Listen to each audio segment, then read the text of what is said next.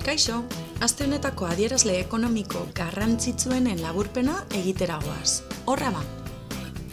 Erosketa kudeatzaileen indizea, PMI bezala ezagutzen dena ingelesezko inizialengatik, enpresen arteko inkesta baten emaitza da. Indize ofizialak alde batera utzita. Ekoizpen industrialari dagokionez, 2021ko lehen 5 hilabeteetan hobekuntza erakusten du.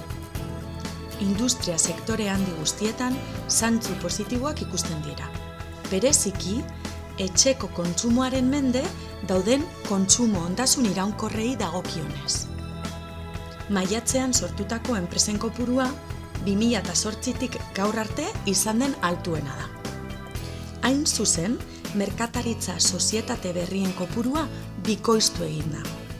394 enpresa berri izateraino.